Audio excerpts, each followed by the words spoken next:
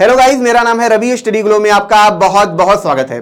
दोस्तों अभी मैंने रिकॉर्डिंग कर ली थी, लेकिन पता चला मैंने माइक नहीं लगाया था, तो अब मैं दोबारा इस रिकॉर्डिंग को कर रहा हूं। ठीक है, तो हम दोस्तों समझेंगे आदित्य 11 मिशन के बारे में कि आखिर ये आदित्य 11 मिशन है क्या। आपको पता है जब चंद्रयान 3 खत्म हुआ तो जो सारे वैज्ञानिक थे इसरो की, वो क्या कर रहे थे, संबोधन दे रहे थे, लगातार उसके बारे में व्याख्यान दे रहे थे कि कैसे उन्होंने क्या किया, इस मिशन को पूरा किया। पूरा भारत खुश था। फिर उसी दौरान देश के प्रधानमंत्री जी, जो प्रधानमंत्री थे मोदी जी, वो भी आते हैं, वो भी संबोधन देते हैं और कुछ बातें करते हैं, जिसके दौरान क्या होता है, इस मिशन की चर्चा बहुत ज्यादा बढ़ जाती है। वो 3 मिशन की बात करते हैं। पहला आदित्य 11 मिशन की बात करते हैं, जो सूरज पे जाएगा, सूरज का निरीक्षण करेगा। दूसरा किसके बारे में था, स्पेस स्टेशन के बारे में था कि भारत 2030 तक अपना खुद का स्पेस स्टेशन बनाएगा। जैसे इंटरनेशनल स्पेस स्टेशन है 5 देशों के द्वारा बनाया गया है, वैसे भारत अपना खुद का स्पेस स्टेशन 2030 तक बनाएगा। तीसरा गगनयान मिशन के बारे में उन्होंने बात किया, मिशन जिसके तहत क्या करेगा, भारत अपने खुद के एस्ट्रोनॉट को स्पेस में भेजेगा और वहां पे 7 दिन तक एस्ट्रोनॉट रह के आएंगे और उनके डीएनए पे रिसर्च किया जाएगा, ताकि हम आगे चल के और बड़े क्या करें, मिशन को हम मतलब जैसे मून वाले मिशन, मंगल मिशन पे हम जा सके। अब दोस्तों इसमें ही एक मिशन था आदित्य 11 मिशन, जिसका काम है सन तक जाना और सन के बारे में अध्ययन करना। इसी मिशन के बारे में दोस्तों बहुत ज्यादा चर्चा हो रही थी, क्योंकि जैसे ही इसरो क्या करेगा, इस मिशन को लॉन्च करेगा, वह तीसरा देश बन जाएगा पूरी दुनिया में जो सन के पास क्या करेगा, अपना सोलर प्रोब भेज पाएगा, अपना ऑर्बिटल भेज पाएगा। इसीलिए दोस्तों ये सबसे खास मिशन है और यही भारत को एक बार फिर से क्या करेगा, प्राउड फील कराएगा। लेकिन आखिर इस मिशन की जरूरत क्यों पड़ी, आखिर सन के पास हमें इस ऑर्बिटर को भेजने की जरूरत क्या है, इस प्रोब को भेजने की जरूरत क्या है। तो दोस्तों इसे इसलिए वहां पे भेजा जाएगा क्योंकि आपको पता है कि आने वाले वक्त में हम क्या होंगे, दूसरे ग्रह पे रहेंगे। जैसे आज अमेरिका आर्टेमिस मिशन के तहत क्या कर रहा है, 2030 तक चांद पे अपना बेस बनाएगा, ठीक है, फिर मंगल ग्रह पे जाएगा। वैसे ही आने वाले वक्त में हमें भी कई दूसरे ग्रह पे रहना पड़ेगा। इसलिए अगर मान लीजिए कि हम दूसरे ग्रह पे रह रहे हैं, वहां पे क्या है, वातावरण नहीं है हमारी धरती जैसा, तो वहां पे रेडिएशन का क्या असर होता है हमें नहीं पता है। अब हमने क्या किया, इंसानों को वहां पे भेज दिया, इंसान वहां पे रह रहे हैं। 6 महीने बाद पता चल रहा है कि उनके ऊपर रेडिएशन का इतना ज्यादा असर हो गया, उनके डीएनए में ऐसी खराबी आ गई कि वो क्या हो गए, खत्म हो गए, वो मर गए। पता चला भैया कि तो टाइफाइड हो गया। तो इस जानकारी को कि आखिर उनके रेडिएशन का क्या असर पड़ता है, कितना ज्यादा रेडिएशन होने वाला है, कितना ज्यादा फ्लेयर्स निकलने वाला है, ये कैसे निकलता है, कब कब निकलता है, ये सारी जानकारी को क्या है, इकट्ठा करना है, ताकि हम क्या करें, आगे चल के जब हम अपने एस्ट्रोनॉट को बाहर भेजें उससे बच पाए। दूसरा रीजन ये भी है दोस्तों क्या, कि जो सूरज हमारा होता है, आपको पता है वो क्या करता है, रह रह के तूफान पैदा करता है, सौर तूफान पैदा करता है। जैसे आप देखेंगे यहां पे ये क्या करता है, सौर तूफान पैदा करता है। अब इस तूफान की वजह से दोस्तों होता यह है कि जो आयनाइज पार्टिकल आते हैं हमारी धरती की तरफ, वो बहुत ज्यादा क्या करते हैं, इफेक्ट करते हैं।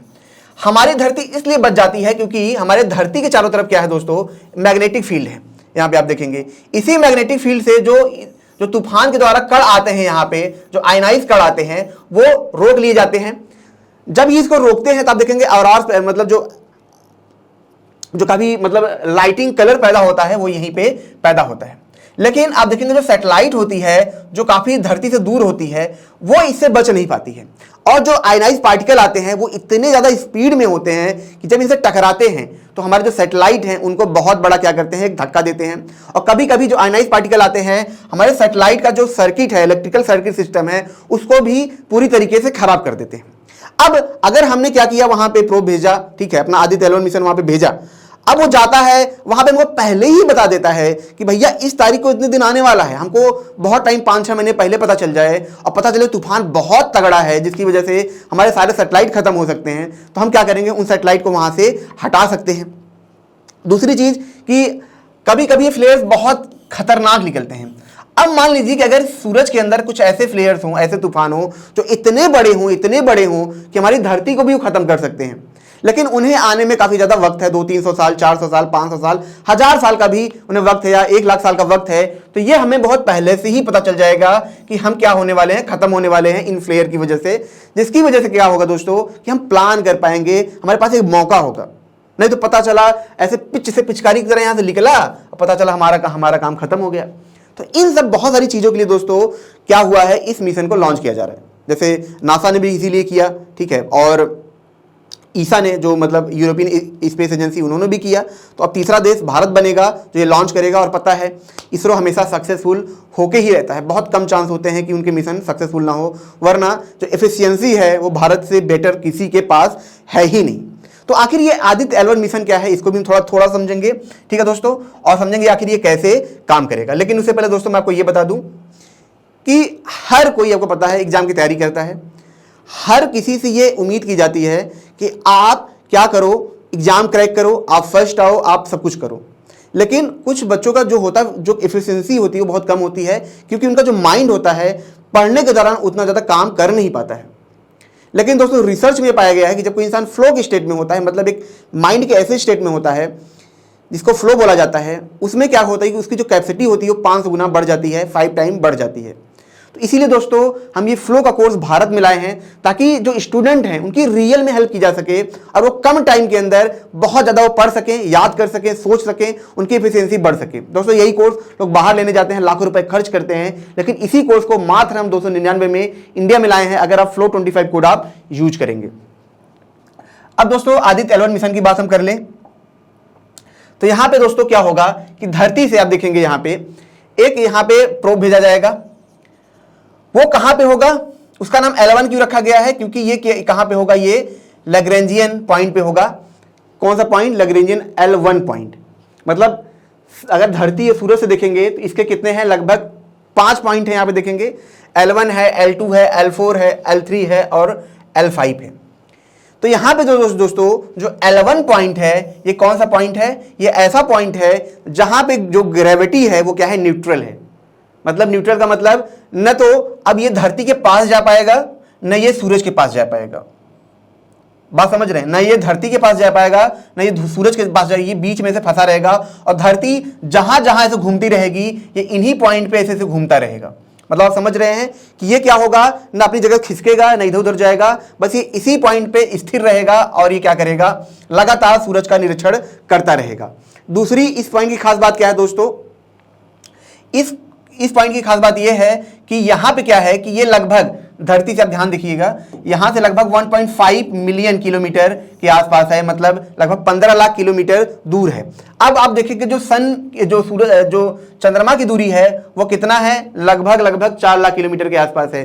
तो क्या है, ये चंद्रमा से बहुत दूर है, जिसकी वजह से क्या है कि कभी अगर फ्यूचर में मान लीजिए क्या पड़ा कि चंद्र ग्रहण पड़ा या कुछ भी पड़ा, सूर्य ग्रहण हुआ, तो भी इस पे कोई प्रभाव नहीं होगा और ये लगातार काम करता रहेगा और सन की एनर्जी इसको मिलती रहेगी, सारा डेटा इसको मिलता रहेगा।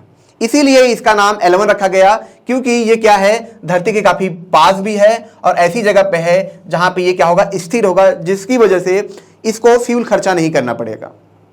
अब बात समझिए, इसको क्या होगा, फ्यूल खर्चा नहीं करना। जैसे आप ट्रेन में चढ़ते हैं तो क्या होता है, पीछे से लोग जब धक्का लगाते हैं तो आपको क्या होता है, फिर आगे से भी लोग रहते हैं, बीच में आप जाके अड़स जाते हैं। अब अड़स जाए, आप कितना भी कुछ कर लीजिए, इसमें कुछ कर सकते नहीं, वहीं से फंसे रहेंगे।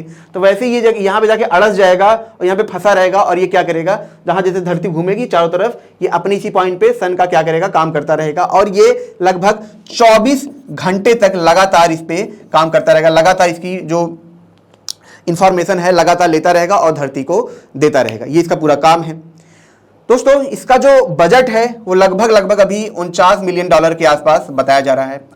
तो ये काफी कम है। आप देखेंगे ये गगन चंद्रयान 3 से भी काफी ज्यादा कम है, ठीक है, उसमें 74 मिलियन लगा था, ये इससे भी कम है। आप अगर पार्कर सोलर की पार्कर सोलर प्रोब की बात करें तो उसमें उसका जो बजट था वो लगभग 1.5 बिलियन था। तो आप समझ सकते हैं कि कितना कम, मतलब आप कोई हद नहीं इसकी, इतना ज्यादा ये कम है। अब दोस्तों ये कब लॉन्च होगा, अभी इसकी कोई खास जानकारी नहीं है। हो सकता है कि ये पहली बार भारत कर रहा है, पहली बार ऐसी टेक्नोलॉजी बना रहा है, तो हो सकता है इसमें थोड़ा सा वक्त लगे, लेकिन हाँ ये बहुत जल्द ही हो सकता है, इस साल में ही ये क्या हो, पूरी तरीके से लॉन्च हो जाए और ये वर्क करे। अब दोस्तों ये तो हमने समझ लिया। अब जानेंगे आखिर ये जो हीट आती है, ये उसके बावजूद भी ये कैसे वहाँ पे रह पाते हैं, कैसे ये काम कर पाते हैं। देखिए अब हम इसको एग्जाम्पल समझेंगे, जो नासा का है, जो पार्कर सोलर प्रोब है, उससे हम समझेंगे। तो यहाँ पे आप देखेंगे ये क्या है, लगभग 16 मिलियन, धरती से 16 मिलियन माइल्स, ठीक है, मतलब किलोमीटर के आसपास ये वहाँ पे है और ये धरती से दूर है। अब इतनी दूर होने के बावजूद, जहाँ पे 1000 डिग्री सेल्सियस से ज़्यादा टेम्परेचर है, इसके बावजूद भी ये काम कर पाता है, क्योंकि यहाँ पे आप देखेंगे जो सामने, ये जो पेंट है, ये जो आप प्लेट देखेंगे, ये प्लेट ऐसे बनाया गया है, ठीक है, ये कार्बन कार्बोनेट से है, जिसकी वजह से जो लाइट आते हैं यहां से क्या होता है, लाइट आके टकरा कर रिफ्लेक्ट हो जाते हैं। अब इसको हीट मिल नहीं पा रही है, भले ही कहने के लिए यहां पे क्या है, जो टेम्परेचर है 1000 के आसपास है, लेकिन जो हीट आ रही है, जो लाइट आ रहा है, इसे टकरा के तुरंत वापस चला जाए। जैसे सफेद कपड़ा हम पहनते थे गर्मी में ताकि हमें हीट ना लगे, वही काम यहाँ पे जो पार्कर सोलर प्रोब है ये भी करता है। इसी वजह से क्या होता है दोस्तों, ये इतनी गर्मी में रह पाता है। अब आप देखेंगे जैसे सन का फोकस इस तरफ है, कभी कभी क्या होता है कि मान लीजिए कि गलती से घूम गया, अब सन का फोकस इधर आ गया, इधर इसके पीछे वाले पार्ट पे क्या हो रहा है कि लगातार क्या कर रहा है कि इस पे फोकस कर रहा है, तब ये क्या करता है, तुरंत जो इसका एआई सिस्टम लगा होता है तुरंत क्या करेगा, इसको घुमा देगा। मतलब जहां पे ज्यादा हीट होगी ऑटोमेटिक ये उस तरफ घूम जाएगा और घूमने के बाद उसको रोकता रहता है, और इसी वजह से जो पीछे से कैमराज हैं वो काम करते रहते हैं और पिक्चर लगातार ये डेटा लेते रहते हैं। तो इसे 2018 में लॉन्च किया गया था, किसके द्वारा, नासा के द्वारा लॉन्च किया गया था, और ये सूरज के सबसे करीब है, सबसे ज्यादा ये वहां पे काम करता है। उसके बाद दोस्तों एक और प्रोब है जिसको बोलते हैं सोलर ऑर्बिटल, ठीक है, ये किसके द्वारा भेजा गया है, यूरोपियन स्पेस एजेंसी के द्वारा भेजा गया है। ये भी क्या करता है, लगातार उनका निरीक्षण करता रहता है। ये सन से थोड़ा सा दूर है, और हम भी क्या करेंगे दोस्तों, ऐसा ही मिशन लॉन्च करें जिसका नाम है आदित्य 11, इसीलिए हम इसके बाद तीसरे बन जाएंगे, और ये बहुत बड़ी बात होगी क्योंकि अभी तक सिवाय 2 देशों के द्वारा, मतलब कोई भी देश अभी तक ये कारनामा नहीं कर पाया है। तो दोस्तों हम इंतजार करेंगे आखिर कब आदित्य 11 मिशन लॉन्च होगा, और फिर हम कब फिर से झूम पाएंगे, फिर कब से हम क्या होंगे, बहुत ज़्यादा इंजॉय कर पाएंगे इस मिशन को लेके। लेकिन उससे पहले दोस्तों अगर आपको लाइफ में बहुत बेहतर करना है तो इस फ्लो कोर्स को जरूर अवेल करें। ये एक ऐसा कोर्स है दोस्तों जो आपके माइंड को फ्लो की स्टेट में लेके जाता है, जहां पे आप ज़्यादा से ज़्यादा वक्त तक आप पढ़ पाएंगे और अपनी एफिशिएंसी आप बढ़ा पाएंगे। मिलते हैं नेक्स्ट लेक्चर में। Thank you so much.